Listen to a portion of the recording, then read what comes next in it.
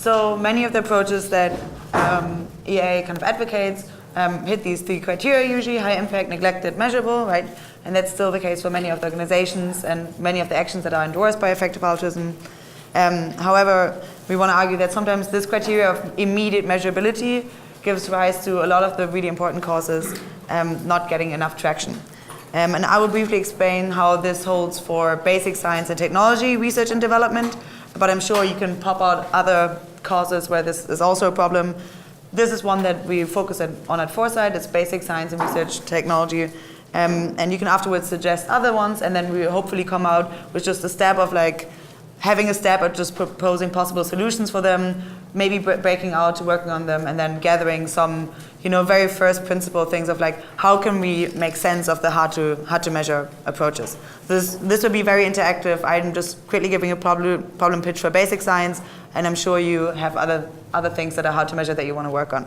So basic science research is research of which the immediate benefit is sometimes not apparent, but that it has the potential to improve well-being on the long run by a lot. So it is really high impact. A good example, for example, is CRISPR-Cas gene editing techniques for malaria eradication, for example. There was a good presentation at EA Boston on this.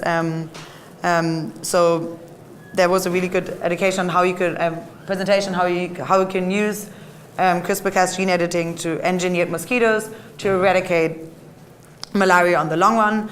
And malaria is obviously a focus area of effective altruism.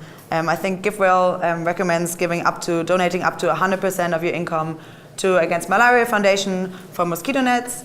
And this is really good, but here you see this kind of payoff that, on the short run you can donate a lot of money to malaria nets, or you could put the same money, or at least a little bit of it, in basic science research and technology development, where you can cure their problem on the long run.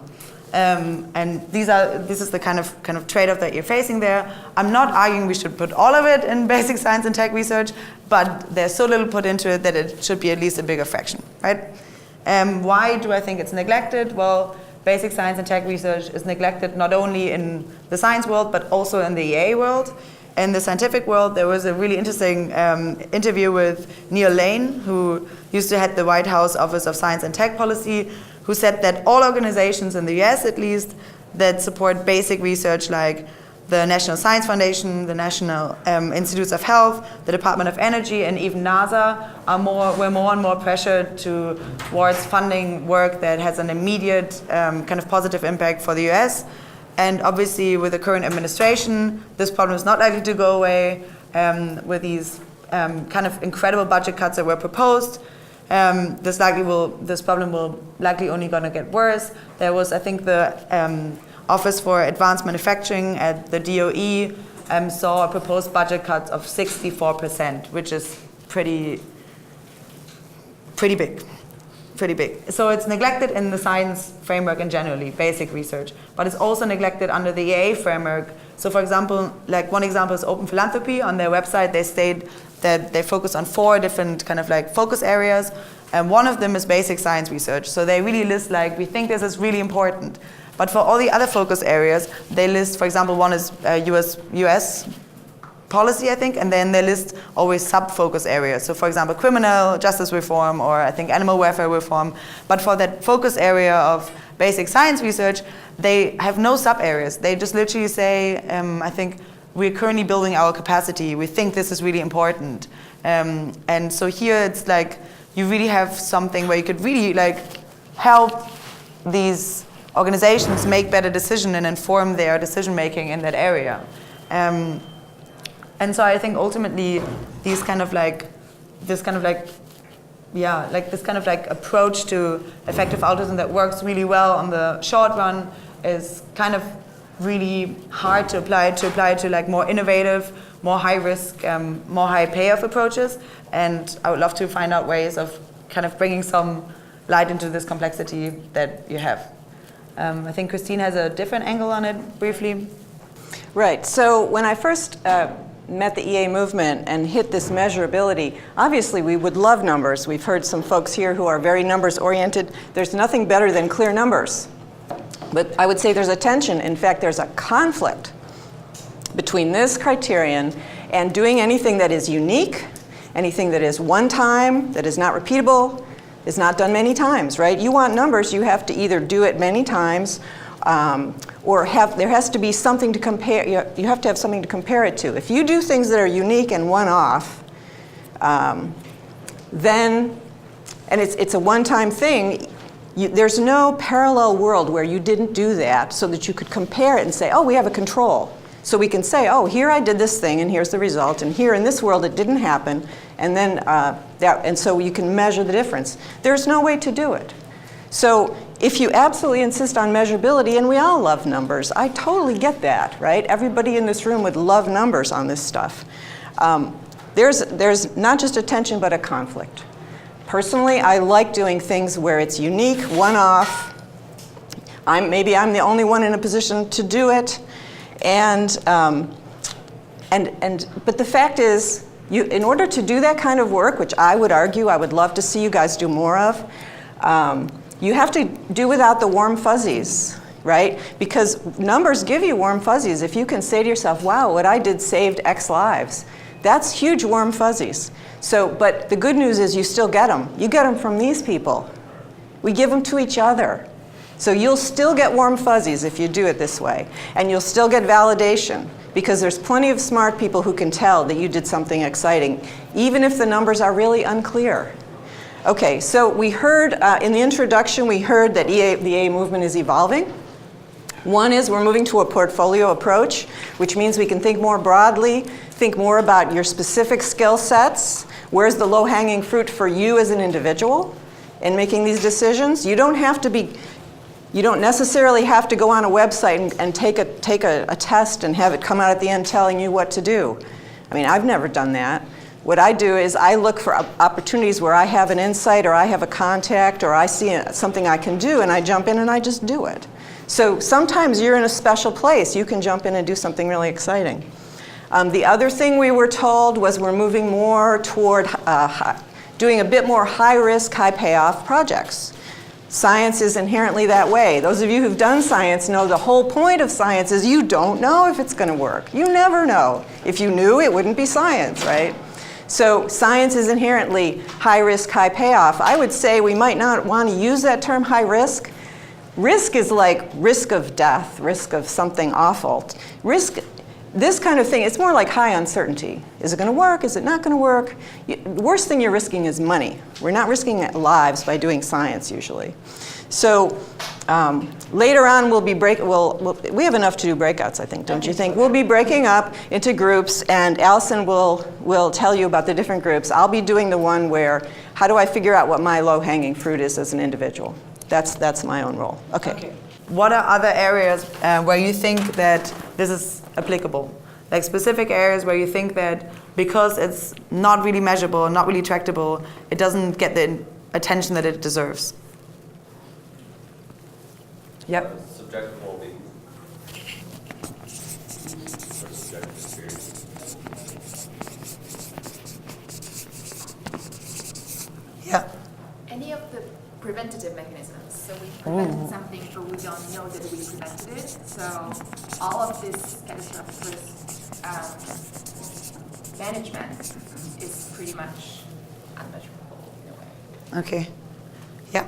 Any sort of transformative technological infrastructure, so like ubiquitous mobile devices, social media, that sort of thing. Transformative technological infrastructure? Yeah.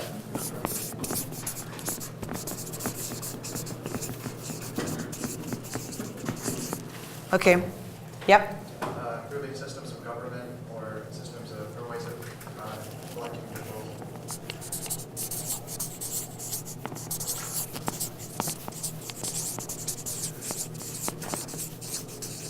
Governance or government?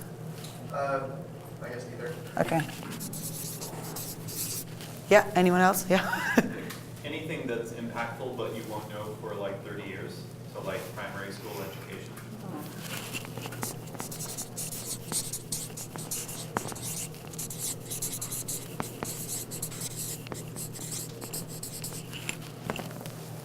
There was another one? Yeah. Hypothesis search strategies.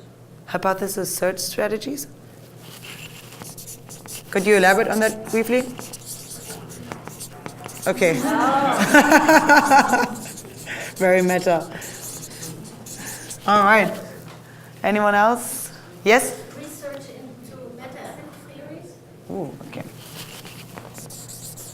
What's the best framework to figure out the wrong question? Oh, yeah.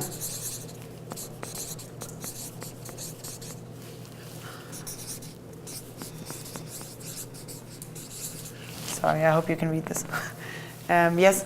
Maybe a theme underneath subjective well-being, like spirituality in childhood and also with leaders. Okay. So we're making this spirituality.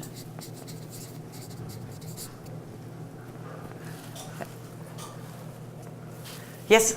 Like nutrition and health outcomes that are above the threshold of disease.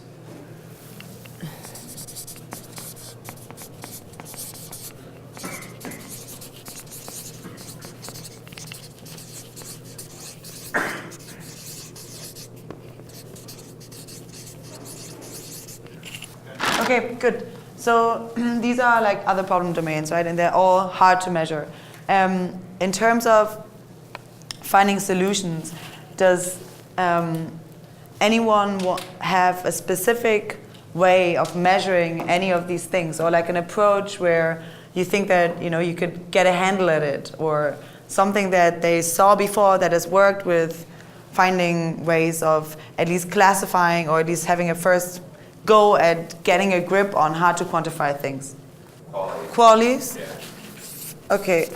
Well, I mean, even there's DALIs, right? There's qualities. There's and then again you tackle that question again of like, what is the meta approach of how you even find out what to use, DALIs or qualities? Yeah. But that's at least for narrowing uncertainty. Yeah. So I mean, like, there's different ways of getting hard to measure things funded, right? One is by just trying to search for, like, I think we're talking on a more high level. So one is trying to find for actually metrics of how to measure this thing, right? That might be, I think, when I hosted a similar session on this at Ephemeral, and one person came up with like, hey, we should totally have prediction markets for scientific journals, right? And you could maybe predict the kind of like the references to that certain paper or something. And here it's really hard to find out what are actually the metrics, or like what are the things that you want people to predict, right? So this might be one. So that would be one that you'd also be interested in? Yeah, I was about to mention. Okay, so let's say prediction markets.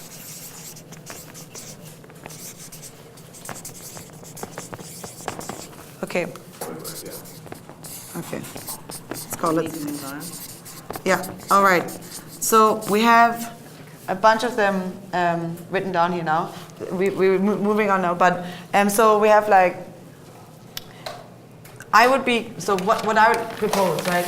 We're breaking up into groups, and you can kind of like show of hand say who would like to work on what, and then form breakout groups around these. Okay, so is there anyone who would like to be who would like to talk about measuring strategy versus outcome? Okay, then qualities, focusing more on qualities, quality adjusted life years, right? And then DALIs, so like different ways of measuring interventions, and maybe even a meta-analysis of which works. 1, 2? Okay. Maybe you want to lead a breakout on it? Okay, so then it's the 3 of you, if you want to go over here. Okay. This is 1. Then prediction markets. Who wants to talk about prediction markets? Yeah, nice one. 1? You? No? Prediction markets, anyone? Yeah? Okay, we have 2. So if you just want to find each other over there. Then we have probabilistic value analysis, especially focusing on expected value. That was initially, yeah, I like that. Okay, the 3 of you, would you mind? 4? Okay, would you just mind sitting here in the middle, because it's all free? Then we have public opinion polling. Public opinion polling, 1? Anyone wants to work on public opinion polling or talk about it? No? All right. Then historic analysis, so looking at past data to find out 1? 2. Okay, cool. Then Wait, tell them to. Okay, could you go to her? Okay, awesome. Then what's the next one? Reference class forecasting, one of his, okay, I like that. Jim, do you want to talk? Okay, I think you might do a lot of them really quickly. Sorry. Okay. So Jim, if you want to find him. Then judgmental bootstrapping, that was also, no, who do you announce this to? Yeah? Okay, so talk to him too. And then for all of these, for miracle questions, go talk to him. For Feynman algorithm, go talk to him. And then expert survey, that was brought up here somewhere. Who wants to work on a kind of expert survey? Okay, so expert survey also goes over here. It was me. And then it was Christine, if you want to work on personal low-hanging fruit. Okay. What you personally should do, not what society should do. So we're gonna reconvene here again in 15 minutes. So try to cover as much ground as possible in 15 minutes. So we have like 15 minutes to really start working together again. I think I was solo.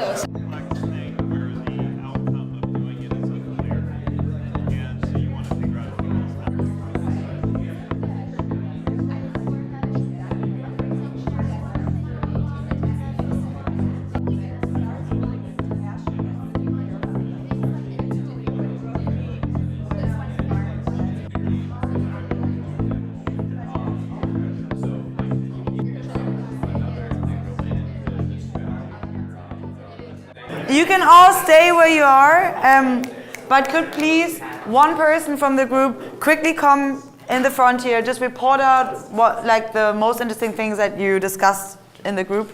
Just come out here where everyone can see you and like briefly report whatever you discussed. What was the most interesting finding? Say the kind of group name if you want to start. Yeah, so we were talking about prediction markets, how to use them to judge scientific research or predict whether or not scientific research will be useful in the future. And we couldn't come up with much because there's a lot of problems. One, capitalizing it, getting money into a prediction market such that people can, like, trades will clear, and also the exact thing you need to measure, scientific citations in the future that you're betting on, or whether or not someone wins an award, or whether some company comes out of it that is worth so much money. These are all hard things to judge as well as bet on.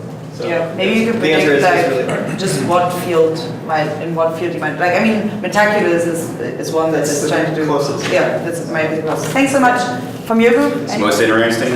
Well, what was talked about the most was basically decision paralysis around the primary metric to use and then the indicators for that metric, because getting those wrong can significantly bias the experiment you're running to find out what variables are most important for helping people with any given problem. Can you repeat your group name again? The metrics group. Okay. Callie. Awesome. Thanks a lot. That's great. Okay. So we had a group of myself plus 4 people, and ours was about individual directions. So we did each person. We looked at where's your passion, where's your skills, what opportunities you currently have to do what you want to do, and gut feel. Does it feel right where you are? And we didn't finish, so as soon as this ends, we're going to go off and out there and finish. Awesome. From your group, would anyone like to come from front? Matt? Awesome. Yeah, we were talking about probabilistic modeling to try to figure out the effectiveness of things that are hard to quantify. So basically, figure out how likely the effort that you're funding is to succeed, and then think about for the various outcomes that might happen if it succeeds, how likely are all of those, and what is the expected value from all of those. So it becomes like a long chain of things you multiply together. And the thing is, it's actually hard if the thing that you're working on is like extremely unlikely, but also extremely good or extremely bad. And it's just, there are too large numbers that duke it out, and it's really hard to get those numbers accurate, so it's hard to make decisions. And then we also learned that the city of Zurich is considering donating 1% of its tax revenue to effective altruist causes, and so they're actually thinking about this right now. The Swiss EAs are pushing for a public vote on this. Okay. It's not that the city of Zurich would have chosen this. Okay. That would be the first EA city in the world. I guess I was interpreting the probability as higher than it actually is. Apologies. There we go again. Yeah. Thanks so much, Matt. Sure. From your group, would anyone like to come up front? Sure. So we were doing. Wait until you We were talking about historical analysis, and so I guess the main things we talked about were like trying to pick the right reference class for the thing that you're trying to think about is in, so that you know like which other stuff in the past to look at that might bear on the likelihood of it happening. And we also, so we talked a little bit about science research, but we also talked about hard to quantify things. Like we talked about the potential connections between like childhood nutrition and health and education outcomes, which is like a hard thing to measure. And so for things like that, there may not often have been really robust like studies on them. So we talked about the importance of looking for natural experiments if they exist. So you could find, you know, like if there's some correlation that seems to exist in a lot of places between a particular like childhood nutrition or health or something like that and some future outcome. Any given instance might not tell you very much, but if historically they seem to track together, that could be a helpful thing to notice. Awesome. Yeah. Sounds good. And over here. Anyone from your big group? Okay. So we wound up working on the miracle question, or like back chaining, and we scoped it down to thinking about the CDC's concerns about pandemics, and tried to simulate what it might look like to wake up in a world in which that risk has been like very strongly reduced or eliminated. But we haven't actually shared the results of that yet, so we're going to do that as soon as it's done. If any of I mean, these are just like, we can't solve that problem here in an hour, right? Or like in 15 minutes, clearly. But if you think that thinking about these things is something that the EA movement as a whole should do more of, this is why we're recording this, so that, you know, we can send it to the right organizations or the right people in charge to really push for more of an effort to incorporate these hard-to-quantify projects into the EA framework. And if you think this is valuable and want to maybe like drop us a note on that you think that the EA movement should do this, I can write up my email address. Please contact me, because it helps to actually have people that find your things useful. If you want to push for this.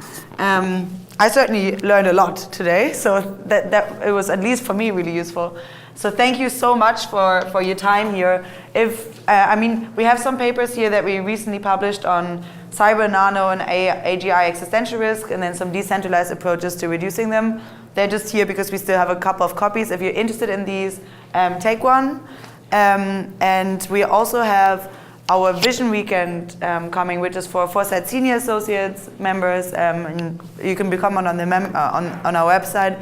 It's in December, the 2nd to 3rd, and we're going to tackle AI timelines, then longevity, like the best approaches to longevity, then probably some decentralized governance structure coupled with blockchain, as well as long-term thinking and world improvement tools. So many of the tools here, for example, prediction markets, are some that are super relevant for that as well. If you're interested in that, just go on our website. It's foresight.org, and there's something about the Vision Weekend already.